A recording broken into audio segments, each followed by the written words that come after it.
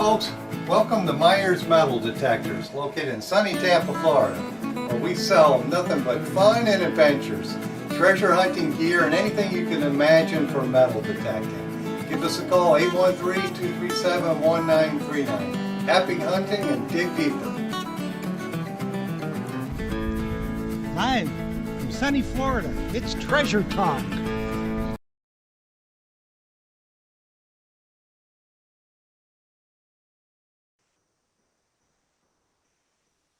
Hey folks, looks like I'm live now, so are we live, Jeff?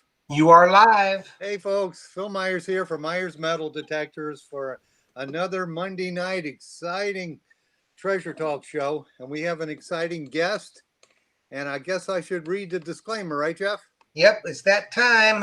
Okay, well, today's show is brought to you by your friends at Myers Metal Detectors, where we not only sell fun, we sell adventure. And the views, thoughts, and opinions expressed by the Treasure Talk guests and members belong solely to the guest or member, not necessarily Phil Myers, Jocelyn Myers, Myers Metal Detectors, or Jeff Monin.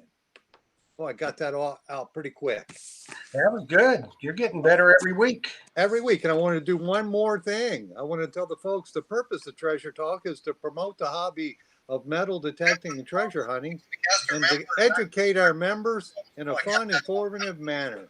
And of course, Myers Metal Detectors is the official sponsor. And away you go, Jeff. All righty. Good evening, everybody. Good evening. How are you? Hopefully, the weather is improving by some of y'all that are up there in the frozen tundra of the north and others all around the world. We would just like to welcome you to Treasure Talk this evening. We got a great guest tonight. I know y'all been waiting to talk to this man. He was with us, some time ago, and there's a lot of interesting things happening, and he's here to tell us all about it. So I would like to introduce to you SAL Guttuso. He is from History Hunt Club / DignHub, and he does organized hunts, and we're going to delve into that tonight and everything. History Hunt Club, and he's a very accomplished detectorist, so let's just get to it, and I'll bring Sal in from the green room. And there he is. There he Hey, is. Sal. Hey, folks. There we go. So, Philip, take it away, my man. All right, Sal. Well, welcome to the show tonight. And I guess we'll get started with the questions right away. First, tell us where you're at and what you're doing. Well, right now I'm in the field. Can you hear I'm me? in San Saba, Texas.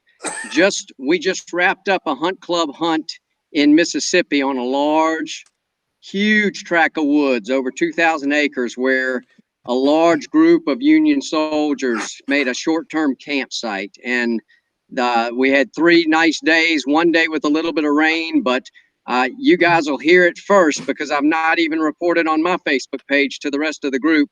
But we had a really successful outing. It was not easy hunting, and we did have a little rain, like I said, but we ended up with well over 100 Civil War bullets, lots of Civil War artifacts, including buttons, J-hooks, knapsack hooks, things like that, scabbard tips, but also 2 accoutrement plates, a belt plate that was bent but intact, and a breastplate.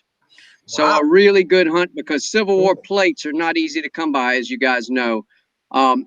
Now I'm in Texas doing some scouting on some large tracts, ranch land that we're looking for Native American campsites. Oh, cool. Cool. Oh, awesome. I Well- found a lot of goodies. Yeah, now we know where you're at. Sal, why don't you give us a real quick, because we have a lot of new members now, because now we've got over 1,000 on the Facebook page, and I think Right. over 1,000, isn't it on or about that on YouTube? So why don't you first give us a little history on and tell us about your hunt club, if you could. Right. So History Hunts goes back about a little better than 10 years. And because it's always been small group and the demand for it was greater than the supply, I decided a couple years back to start a small club, limit it to around 100 members, and that be the primary pool from which we fill the hunts. So those are the folks that get first crack at the hunts. Usually the hunts are just me running a hunt, so I can only do so many hunts a year without getting in the doghouse back at home. So yeah, right. So the thought was that way folks that really wanted to be in the hunt would become part of the hunt club, and for a small fee you get some perks, actually some really good perks, but you know, the main perk is that you get to be on that first invite list for these outings, which these outings are no more than, I'd say at a very maximum 10 folks, but usually it's more like between 6 and 8 people. We keep it small, and we do good working as a team that way. We do the same in England. We keep it small, but that was kind of the thing about History Hunt Club. And so, you know, we've filled it up for 2021, but I always save back a few little spots, and that's what I want to give away 2 spots to your membership today, just for that purpose. We're just getting kicked off in the 2021 season. We just finished our February outing in Mississippi. We have 2 outings in Virginia, but they are currently full. But we will be opening up more outings soon. So yeah. Awesome. Now, like your Virginia hunts that you have that are full, I guess you have wait lists, right, of people in case I somebody. do. And I mean, you know, it's not quite as bad now as it was when COVID first hit and everybody was a little bit panicked, but we do occasionally have folks to drop out. And so we do have alternate lists for those. And those, I'll tell you guys, they are running between March 7th and March 13th. They are 2 roughly back-to-back 3-day outings. And one of those focuses on primarily Civil War sites with a little touch of late colonial. The other one focuses primarily on very early colonial. And when I say early colonial, I'm speaking more about mid to late 1600s, early 1700s. Okay, cool. So if somebody wanted a trip like that, that would be it. That would be awesome for them. They have Right. dig a lot. Generally, we do 3 or 4 days, and that's a nice amount of time, it seems. Okay. Well, okay. Well, I'm going to just start on my list of questions that I've got here. And Jocelyn, if you have some more questions, just Neil wants a calendar. yeah. We just had a member say they wanted a calendar. Yeah, you If can. it's 2021. We do have 2021 calendars. We still have a few left. So, but they're going quick. So is this year, for that matter. All right. So when people fly into your hunts and dig, what digging tools are needed or provided? Well, if you do fly in, yeah, if you fly, I've got plenty of different types of shovels, so you don't have to worry about a shovel. A lot of folks like to bring their own personal shovel, and that's fine. I have people pack shovels in suitcases to go to England because they want their personal shovel. Yeah, they're used to it. But we do have digging tools. That's not a problem. You do have to find your own transportation to whatever town we are going to be based out of. Now, before COVID, I would rent out a large hunting lodge in the different areas in the same way in England. But now it's more, you know, I find that people are happier with hotel accommodations. So we've changed up the format a little bit. I used to have something that was all inclusive, food and lodging and the hunt, but now I've lowered my price and I don't include lodging. I don't include meals. So so that way people can have that privacy that, you know, right now a lot of folks feel more comfortable not having to be in the same living arrangements and maybe eating at the same table as a bunch of folks that have just come from other parts of the country. Yeah. Yeah, I can understand that. Yeah, and especially, you know, if you've got, you know, like a co-ed trip, if you had, you know, some ladies that were going, they don't want to be bunked up with a whole bunch of nasty old smelly guys, you know. That's exactly right. And you hit the nail on the head. In recent years, we've had a lot more women being serious about these tours and going on my tours, and quite a few husband and wives. This hunt we just wrapped up, we had 2 husband and wife couples. Yeah, I mean, we're noticing it too, Sal. I mean, the memberships, you know, that are joining our group, there is a tremendous amount of women now really getting into the hobby, and they're very serious about it. You know, so there's you're probably going to start seeing, and you probably already have, a lot more women going on the hunts. Right. Well, So, I'll give her a little plug. Deborah from Tennessee, she made one of the best finds of the hunt. She was out there hunting hard the whole time, and she found the U.S. belt plate. So, well, I bet you she was just thrilled beyond belief, wasn't she? she was. That was her first plate, and she's been hunting for a long time. Well, that's congratulations, Deb, if you're watching. Yeah, that's an awesome find. And I guess I'm starting to get questions from online. And the one from, let's see, from Troy Carmichael, he's asking, do you have any openings, I guess, in the hunt club? Well, I've got the two that we're giving away tonight. And really, that's going to be it for this year. I hate to say that, but we do keep it. You know what?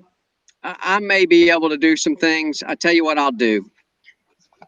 I'll open, in addition to the two that I'm giving away tonight, I'll open up 2 more spots that I'll make available. Not giving away, but my club membership is $45 a year. So I tell you, if anyone of you guys that are watching, you want to get more information on it, just shoot me a message or email or whatever if you have my information. If you don't, we'll give it to you.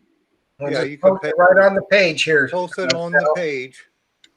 And Perfect. then, Yeah, I'll open up 2 additional. So that means we'll give away 2 tonight, and we'll open up 2 additional.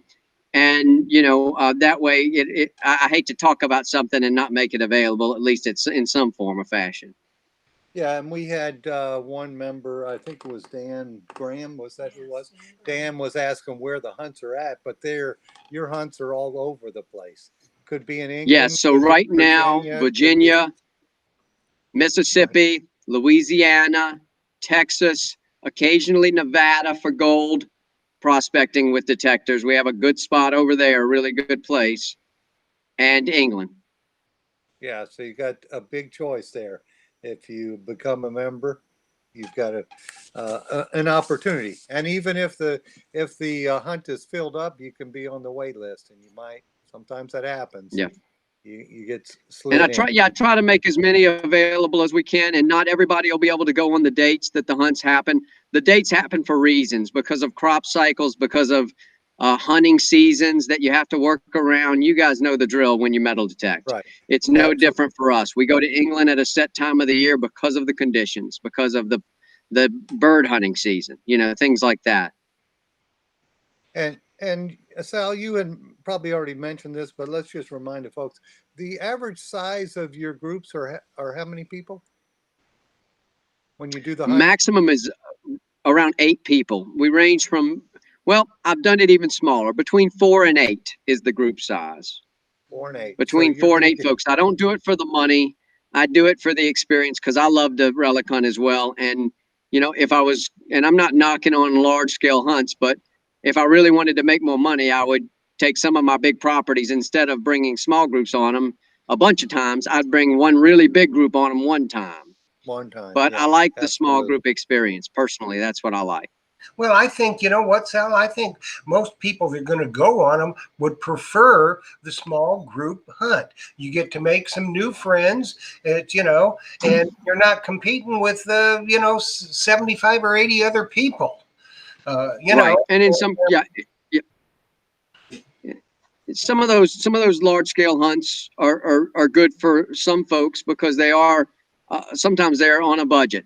But I'm a firm believer of, you get what you pay for. And I'm not saying those hunts are bad, but if you're surrounded, you say 70 people, I've been on large hunts with 350 people. Yeah, if you're surrounded by 300 other people, you should expect to get a little bit of a discounted price for the weekend.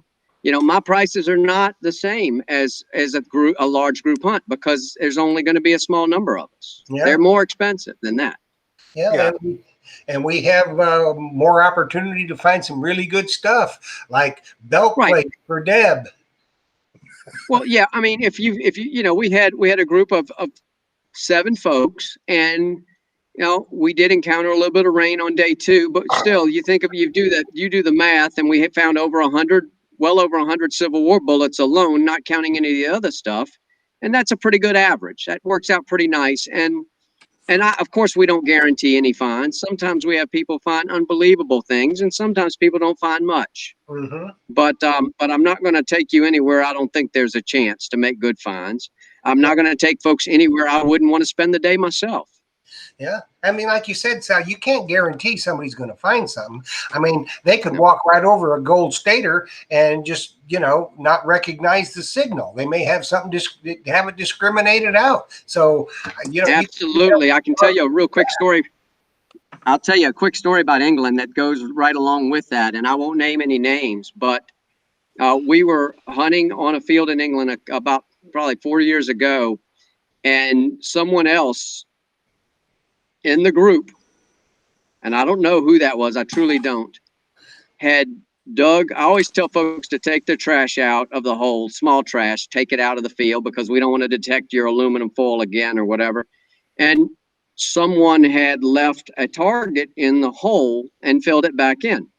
And so another gentleman on my outing, a longtime detectorist, and I heard this all after the fact, but I was right beside him when it actually happened. I didn't know all of this when he was digging his target, but he went back and I heard him when he said it. He went over that target and he said, "There's a good high tone in this hole, and it's an open dig hole." And I said, "Well, you got to, it's probably trash, but you got to check it." So he took the plug back out, and the target was still in the bottom of the hole. So he dug another little scoop. It was a hammered gold coin from the 1300s. Now, tell me why in the world did somebody not fully investigate that hole? I mean, it baffles me. Do you think they thought it was trash? It defies, logic sometimes. And we see it all the time. We see it all the time, like on the beach, Sal. You've seen it. You walk right behind somebody. Oh, well, you can't go behind them. They've already found everything. I can't tell you how many times I've been right behind somebody, and I'll dig a ring. Right behind them. And they went over the signal. Absolutely. Yeah, I mean, that's why we can had do the same good. thing happen Going back and go over the same area. Absolutely. You got to go where the relics are at, and you got to go back over it. And I can tell you the exact same thing happened to me. I have one belt plate to my name I dug right here in Tampa, and it was laying after a building came down. It was laying on top of the ground, gray side up, the lead side up, and two other hunters walked right over it in front of me, and it was laying on top of the ground. It wasn't even dug. I just kicked the sand a little bit because I had it was a big hit. It was like a beer can. And I'm thinking, man, this has got to be something. So I kicked the sand and I see the thing move. Then I bend down, flip it over, and it's a U.S. plate. There you go. And two other guys walked right in front of me, right over it. So you got to remember, dig it. So anyway, let me keep going with my list here. Oh boy, we've already hit on a lot of them already.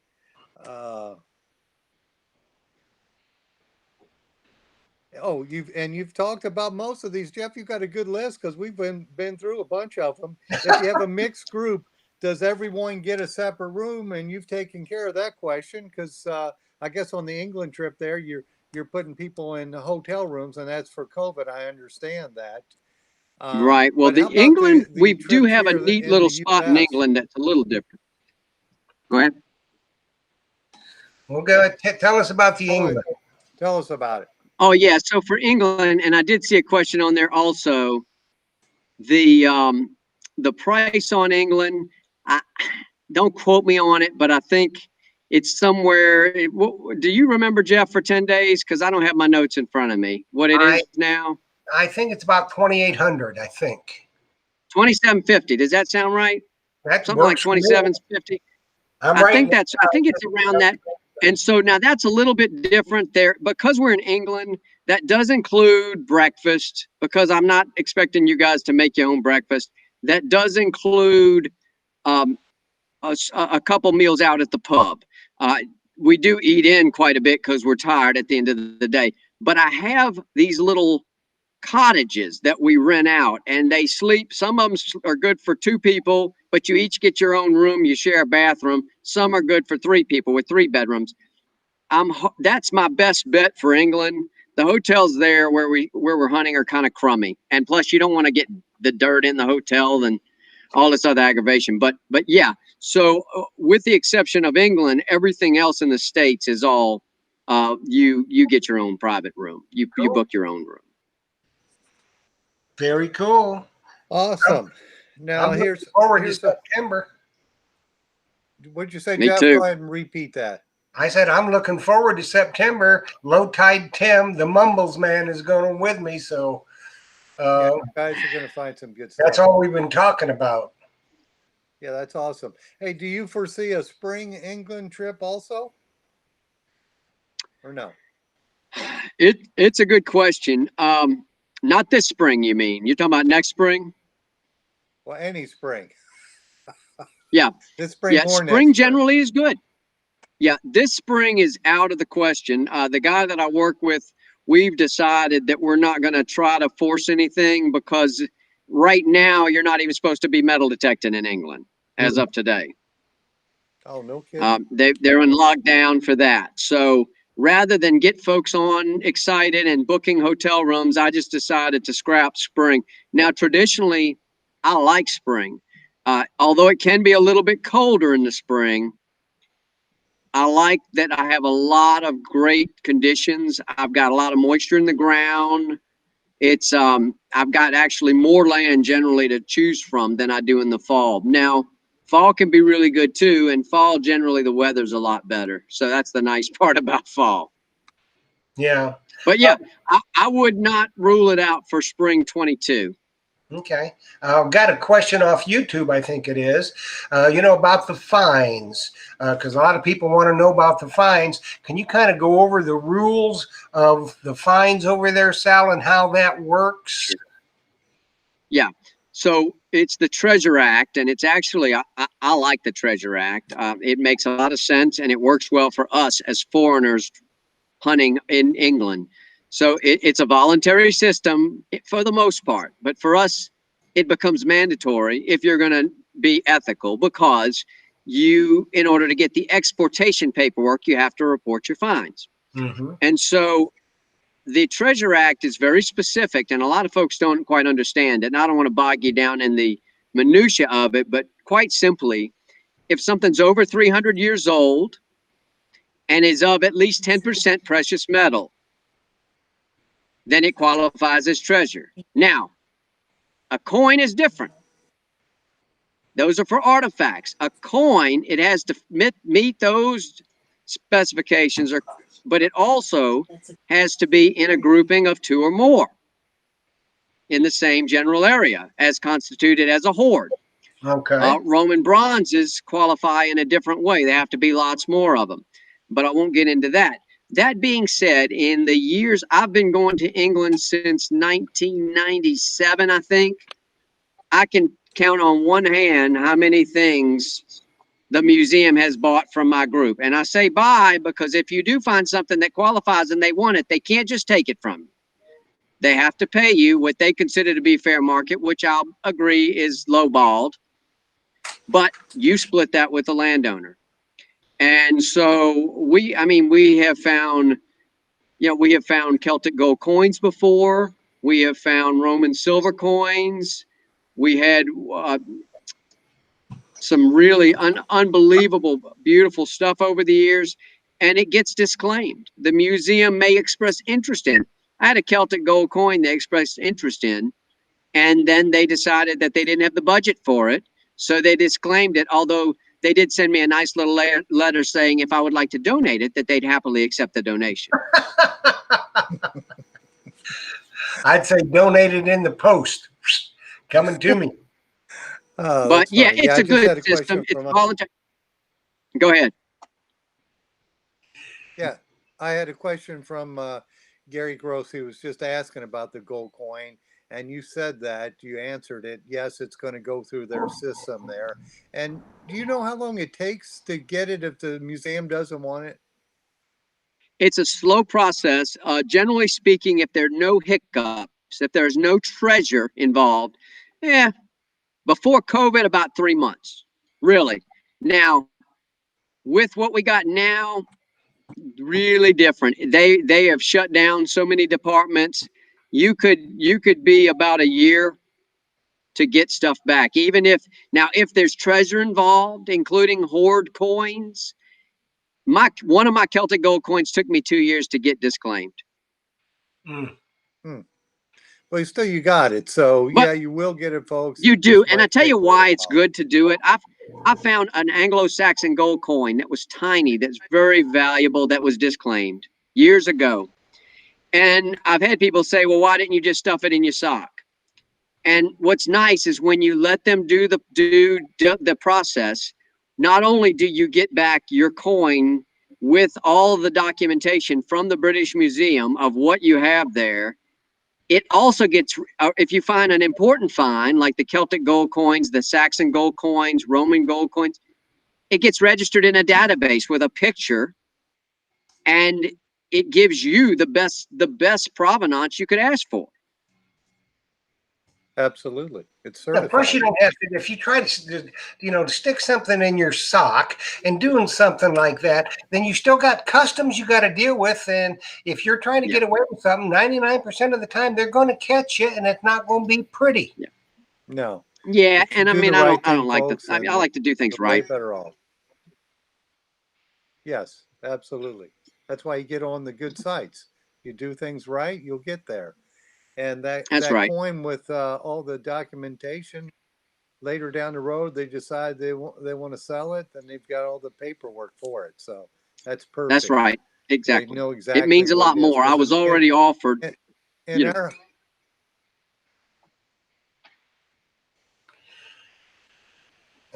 Okay, buddy, Phil, go. you cut out, I'm buddy. good. What were you offered? You cut Oh out. yeah, well, No, tell us what you were offered. because I Come had that on. paperwork after I got my coin back, I was contacted by an English coin auction company, and because of that paperwork alone, because they wouldn't know me from Adam, but because that's public knowledge, that documentation, the registration, they ended up offering me a bunch of different numbers for it, saying they had a buyer lined up. And the highest number where they finished, and of course I didn't take any of the offers, was in US it would have been $8,000 for that coin. And Nice. I thought I could probably make $8,000 before I could find that coin again. Oh, yeah. So Absolutely. Or if you wanted to go buy I'd it, you spent, probably end up paying a lot more than that. That's awesome. So yeah, so I didn't chance it. I've still got that coin. Okay. And now what part of England are you going to? That's Essex County. Essex County is all of the farms, a lot of the land around Colchester, one of the oldest recorded city, or the oldest recorded city in Britain. A Okay, Roman so city originally called, you know the place? Colchester, isn't it? no, Yes. I don't know it. It was Roman. It was called Colonel. And you can still see some of the Roman walls when you drive through the city. There's a beautiful museum in the old castle with some of our members' finds in it that have been, bought by the museum over the years. And what's really neat is the story of Colchester. That's the city that Queen Boudica of the Celts burned to the ground when it was filled with the Roman villagers in the church or whatever. So there's no telling what you're going to find. And from my understanding, it's always better to, when you get a signal, if it's a decent signal, dig it, because it's a different mindset over there, because you may be digging some really nice artifact, an old Roman artifact, and just because it's not a coin doesn't mean it's not worth a bunch.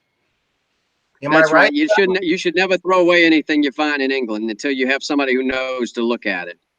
Now, do you have somebody generally out there that kind of tells you what's good and what's not good?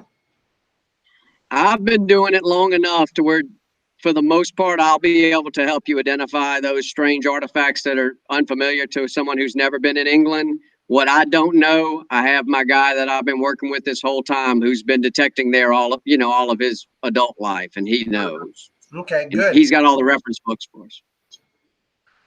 Well, I'll be swinging my dais, and if I get a decent tone, I'm digging it. And That's if it, it's man. so, Good beeps. There's a lot of noble metal targets in England. It's like that detector show, show yeah, me to the non-ferrous metals. that's right. And you got to dig them. You're going to dig some trash, but from what I understand, Sal, when we're out there in the fields, there's going to be some trash, but it's not going to be like a park here in the U.S.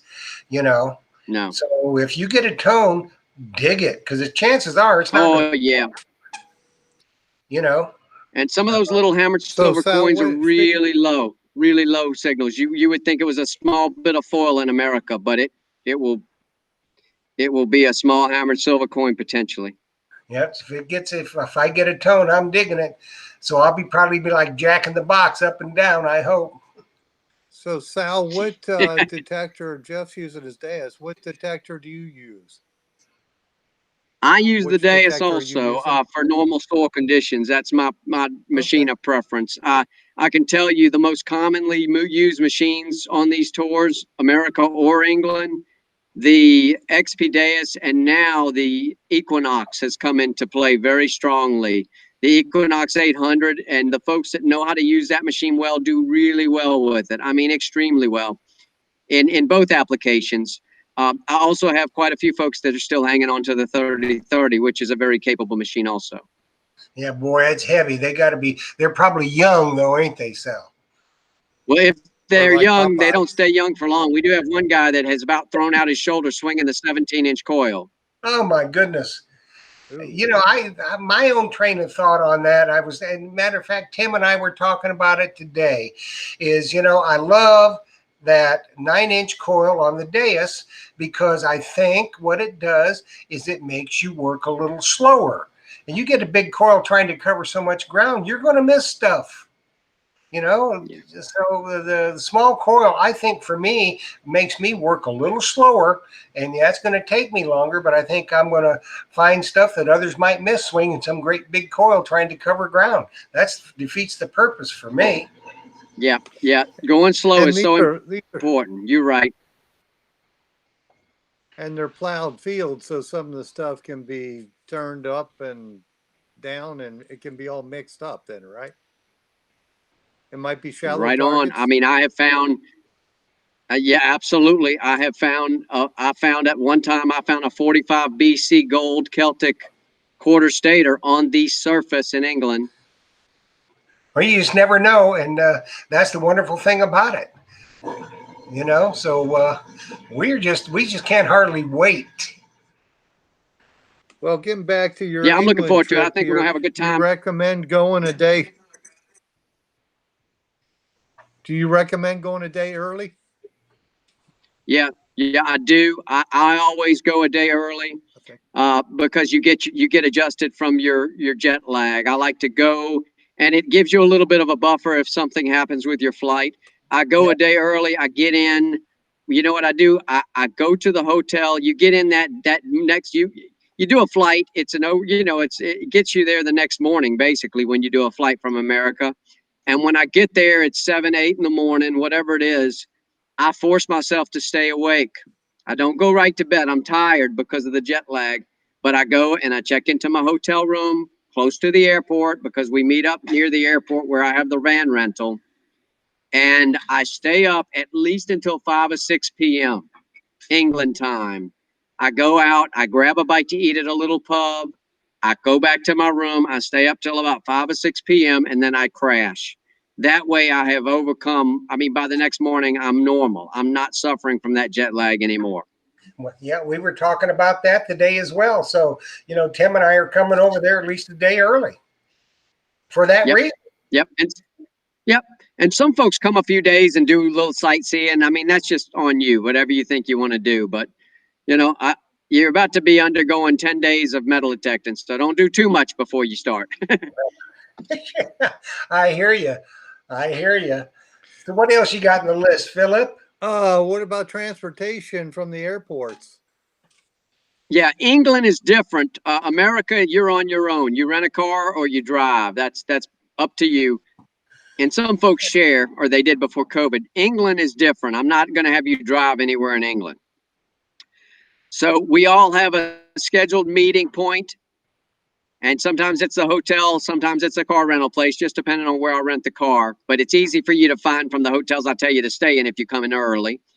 You meet me there. We load up the luggage in a big 9-seater van, and I drive us out to the country where we hunt. We drop our luggage off at the barn. The barn is what they call these places, the lodging. And then we change clothes, get your detector out of your bag, grab the shovels that are already waiting for us, and we go hit a field. We're hitting a field the first day. We're out there by midday. Good. And then from there, it's day in, day out. Hunt from morning till dark.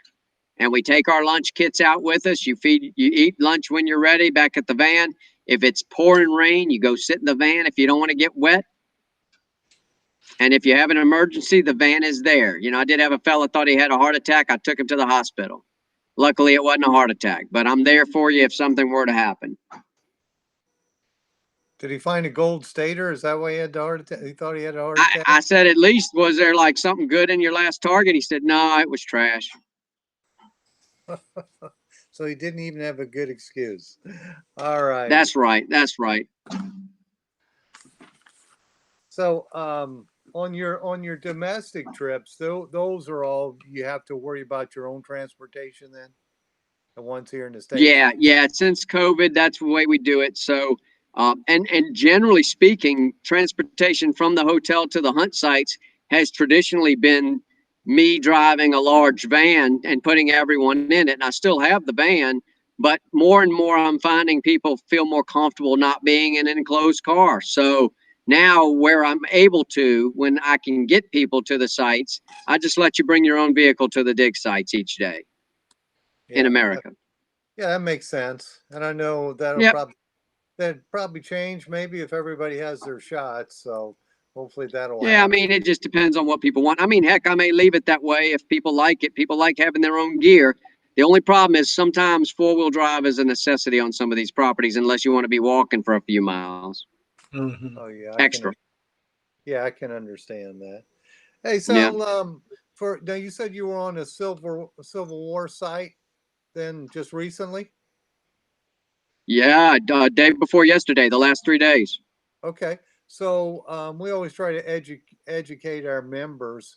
What books do you use for reference books in your own personal library? Man, that's my one bad habit. I've got more reference books than you can imagine. For Civil War, the essentials, I'll tell you this now, if you can find them, they're out of print. The essentials, absolute essentials. And my Civil War folks that are on this call right now already know this. Albert's Button Book. Albert's Button Book. That's that one right there. There you go. Phil's got it. The other one is the Mason and McKee's Bullet Book. Hard to find that one. But when you do find it on eBay, buy it. It's a great reference for not only bullets, but artillery. Okay. How about for like other books that are really great to have? Howard Crouch had a book on Civil War artifacts. Howard Crouch was an old friend of mine, and he's passed away now, but that is out of print. It's I think it's called Civil War Artifacts. It's got a yellowish cover, hardbound, hard to find. Howard Crouch, Crouch, great relic hunter he was. And go ahead. Yeah, no, I mean, I'll tell you another book that is all around great. There's a second printing around, although it's running low, was that book that Bill Dancy wrote recently. And it's discovering colonial artifacts, Colonial Virginia artifacts or something like that. But if you can get your hands on one of those, don't be don't be put off by the fact that it says Colonial Virginia if you don't live in Virginia and you don't hunt colonial, because Bill put his heart and soul into that book.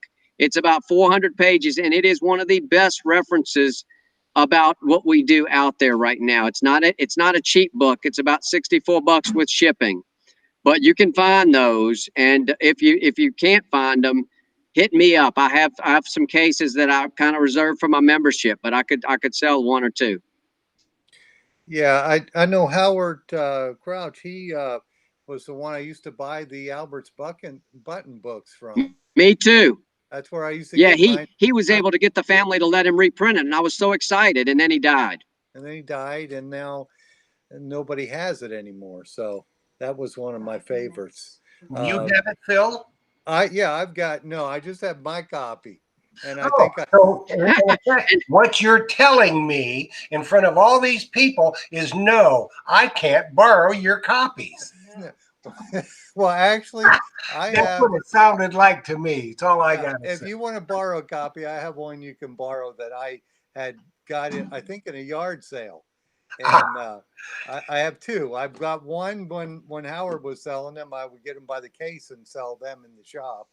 But now I do have another that I found in a yard sale. And I was happy So to have a second copy. everybody out there watching on YouTube and Facebook, you now know where I rate in the hierarchy of things. Not there, way down there. No books for you. It's like No, the if you want one, we'll come up with one of those. But the drawing. Oh, someone's asking about the drawing, but the drawing's not till I think 7:45 when the little banner comes across. Oh, that's coming across here a little bit. Yeah. So those I, books are good for people getting started in relic hunting, and the Colonial yeah, Virginia book. I see what you mean about that one. I guess the colonial stuff is going to be the same all over the United States because it probably is all from the yeah, same manufacturers. yeah. And I tell you, it's a great book for a lot of different applications, though, because he also talks about artifact conservation, which would be across any artifacts, not just colonial. He Right. talks about site research, map research. And I mean, he goes and when he came out with that book, there were quite a few people who, because I've known Bill a long time, who told him that he was crazy to give away all of the secrets, that they didn't want a lot of people to know what Oh, he wrote in that book and published. oh, okay. And so, not about sites specific, but about how to find the sites. You understand? Right. Absolutely. Some of that knowledge is not too easily given away, and he gave it away freely in this book. A great book. I mean, and I'm not saying that because I'm trying to sell books. Those books sell themselves. Right. But I tell you, that's a good book. Definitely a good book. It's worth having if you're really into this hobby. If you're into relic hunting, I'd say it's worth having. Yeah. Absolutely. And well, it's there's the banner. So I guess it's getting close, huh? It's Okay. getting close. Yeah, the banner's going across the Two bottom memberships. Yep. So the first one, and here's the rules, folks. And we go over it every time. And what I do is every Monday night at 6:30 p.m. sharp Eastern Standard Time, all entries close. That gives me time to formulate everything. I take all the comments off of YouTube, all the comments off of Facebook with the proper phrase that I have to give. And this time you had to have I Love History Hunt Club. And yes, Mike Mayo, we did get your entry. We know you said you love History Hunt Club. So with that being said, now what you do, I'm going to announce your name. And I'm going to do the first one. And then after that, we'll do the second one. But you got 3 minutes. And you can text if you're watching on YouTube. Unfortunately, the only thing you can do is text. And you see the numbers on the crawler right across the bottom of the screen.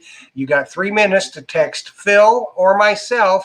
But you got to text your name. Just not I'm here because we don't know who you are. Yes, put your name in it. So text your Absolutely. name. And I'm here, and then you claimed your prize, and then later you can get me your info, and we'll be good.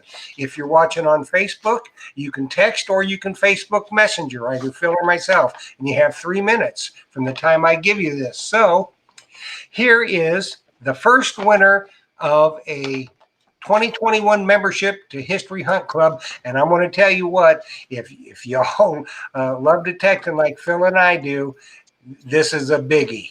This is an absolute biggie. It could be the dream trip of your life and your life's bucket lister. So Dale Justice, if you are watching, you have 3 minutes, my friend, to text Phil, myself, or Facebook Messenger, Phil or myself. So you got 3 minutes. So at 7:48, you Yeah, know, and I spoke with him. I spoke with him today because he wanted to make sure that I got his order for the new Coil Tech coils to come out for the Equinox, and I put them up on my site, and he pre-ordered one. So hopefully he's on tonight. He said he loves the show, Right. so hopefully he's on, and he'll text us. So I guess yep, we hope so. is he a YouTuber, Jeff? I think he's a dual member, Oh, okay. but I know he came from YouTube. And there's a lot of people that are dual members, but then, some of them with Facebook being what Facebook is. Dale Justice is here. Dale, congratulations, my man. You just got Congrats. yourself a History Hunt Club membership. And later you can get me your info and we'll get it to Sal and you'll be good to go. So now. Yep. Make sure I get an address too there. Yep. All their info, they got to send me name, address, phone number, the whole bit, and I'll email it to you. That way you can get all the stuff out. Now, the second one for number 2. This is going to be good. D. O'Brien. If you're watching, D. O'Brien, you got 3 minutes. So at 7:49, if you haven't texted or messengered, either Phil or myself, we're going to draw another name. So get after it. This is something you want. Hey, Sal, I'm going down my questions. It looks like I missed one, and you may have already covered this, but is DignHub a part of the History Hunt Club? It is not. So I'm glad you brought that up. It's not exclusive of it, but what DignHub offers, and I would encourage everyone, even if you're not in History Hunt Club, to look into DignHub. It actually is a concept that we came up with as a way for not only folks to join other outings that may be started by myself, but also maybe by other folks, but also additionally for other people who may want to take their hobby to that next level. Say that they have a passion to have some other folks join them on hunts, but maybe they just want to monetize that a little bit. They could actually set up little outings of their own. So if you look into DignHub, which is free to join, it's an expensive website to keep up. But I like the idea because I've gotten so much satisfaction doing what I do. What I do is I go metal detecting, and my main goal, though, I love metal detecting, but my main goal is to help people to achieve their goals, to find stuff. And Awesome. there's a lot of satisfaction that comes from that. And so if you go into DignHub right now, and it's just an infant, it's a new website, it's been up less than a year, but what it offers is it's almost like Airbnb. Hey, Sal, Where you book lodging. I got to interrupt you for 1 second. I'm sorry. Jeff, Dee did text me. So she won. Okay, Jill good. O'Brien. So we got that. So Sal, I'm sorry to interrupt you, but keep going now. No, we had to make sure they got. But yeah, it's almost like Airbnb, where you can rent lodging. Well, this website works where it's free to join. And if you sign up for a hunt, or if you sign up to list an outing, then to sign up for a hunt, you just deal directly with the provider. And I try my best to vet those folks that come in and list offerings. If you looked at DignHub right now, you'd see a couple of offerings for Native American digging. And I vetted that gentleman. I know he offers an honest operation, so I'm not worried about that. There's also an opportunity to metal detect on a Louisiana plantation site up there. And I know that gentleman, and I know it's an honest offering. So these are opportunities that you can do on your schedule. They're not a set date. You just organize the dates with the vendor. Oh, nice. And if you have an idea and you wanted to list an outing, whether it be for a set date or for any time, then you could list that outing And the only thing that the website gets out of it to operate is a 15% listing fee if you sell an outing, not to list it, but when you sell something, the website gets 15%. But if you're the person buying the outing, you just deal directly with the outing provider. People asking for the link. Okay, and it looks like some people are asking for that link. Can you go ahead and tell them what it is, Sal? The Digging Hub? Yeah, it would be just DignHub.com. So it's DiggingHub.com, DiggingHub.com. And yeah, I encourage you guys to go and check it out and sign up. It's free and it's also very secure. Trust me, I had to pay extra for all of the security features.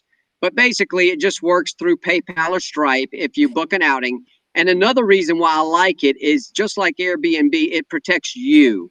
If you book through this website and for whatever reason something happens, then you're protected by the payment provider, be it PayPal or Stripe. You don't have to worry about losing your money, is what it boils down to. Oh, that's nice. So yeah, if he doesn't come through with the trip or whatever it is, the outing, Yeah. you could. And yeah, we've get not your- had any problems, but I like to have that as a thing to make folks feel Safeguard. better.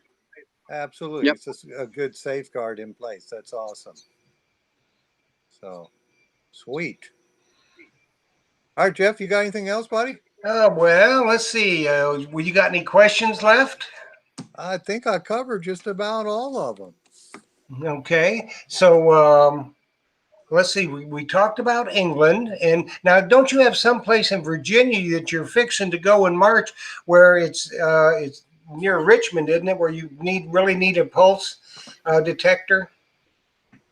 No, actually, the one that was pulse only, I decided to cancel. And I'm glad you brought this up. I don't, like I said, I don't do these hunts just for the sake of doing the hunts. And that hunt was going to be in very difficult soil, but we had enough interest in it. That was not the problem. But what I learned was that one of the 3 large farms that I had been working with my intermediary in Northern Virginia to help me procure, I learned from another friend that site had a lot more pressure on it from large scale hunts than I like to know. And so because of that, because I didn't know that going into it, I didn't know that it had been hunted, one of the sites. I didn't know to what extent. I didn't feel it would be fair to go forward with that outing. So I did decide to cancel that outing. Was that in Culpeper or where was it at? That was surrounding the Culpeper area. Yeah, Culpeper and the surrounding areas. Okay. I guess we have one question here. I don't know. I don't think we covered. Kimberly Kramer's asking, how many gold coins have you dug personally? Personally, I'll give you the short of it, and I won't go into too much detail because some of this I don't go into. In America, 6. Okay. Sweet. In England, I have dug 3 Anglo-Saxon gold coins. I'm sorry, 3 Celtic gold coins, 1 Anglo-Saxon gold coin, 2 1700s George II gold quarter guineas. And that's all my England gold coins. So what is that? That's 3, 4, 5. Awesome. And I've been detecting seriously since probably 97, 96. Yeah, I'm jealous. Yeah. Come on, join me. We'll find some more. Thank you. Absolutely.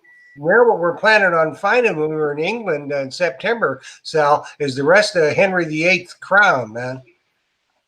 Yeah, What's quite interesting? Found.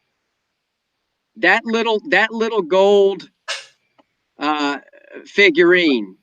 One of my club member, or not club members, he's no longer detecting as much, but one of the guys that used to go on history hunts with me in England years ago in England, we were hunting we had permission on these fields behind a monastery that was burned to the ground by Henry VIII's men whenever they dissolved the Catholic Church. And in the field behind that, he found a small gold statue, very similar to that. Jeez. But we think it was of John the Baptist. Well, the museum did show a lot of interest in that. And if you want to see it, you could see it in the Colchester Museum to this day. But unfortunately for him, the best they were willing to pay, he ended up with his half being $18,000 US, not $1 million.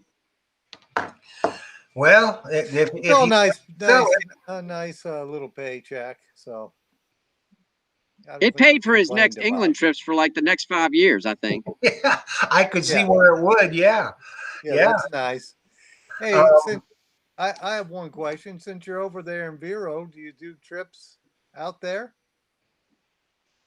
Out in the Guys? ocean, Yeah.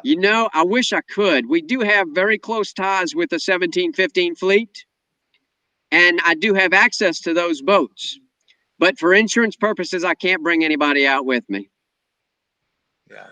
okay. And I've had people ask me if you do, like beach hunts over there.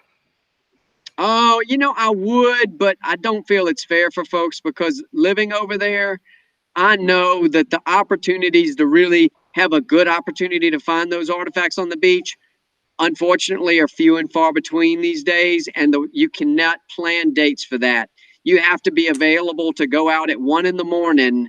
on a cold night when it just happens to be a great nor'easter Yeah, that's for sure. Because the way they're or a reprinting hurricane. the beaches. Yeah. Yeah. I mean, we have beaches that produced in the past that now, because we have measured, have over 12 foot of sand on them more than when we found stuff on them. it's Right. we were experiencing the same thing today, Sal. We're hunting in the water, and it's just sticky, so much sand. And that's, not normally when you're finding stuff, you don't have that. There's just tons of sand. There's no slope to the beach anymore. Yeah. So, what else you got? The price of having a beautiful beach. Yeah, it Yeah. was. I'm Yeah, still going. Yeah, our friend Terry Shannon, he gets lucky because he lives right there, I guess in Melbourne, and he watches the tides and the weather, and he'll find some stuff here and there, but no big thing. So I can understand you couldn't plan a beach hunt like that. It makes a lot of sense. Yeah, yeah. So, what else you got going on, Sal? You got a lot. Yeah, man, always working on some stuff. I'm working on some other plans for stateside hunts for everyone. If you guys hear noise, we're about to close. I'm in a big barn out here. I'm staying in a big hunting camp Okay. while I scout this site. So you're going to hear a big garage door close any moment, but that's what that Okay. is. I Oh, hear that's it. Sorry. fine. We're no problem. We're just glad you could come on the show Yeah. tonight, and I want to thank you for doing that, and also for donating the two It's a big memberships. door. It's a big door. Kimberly Kramer wants to know if they can the park something.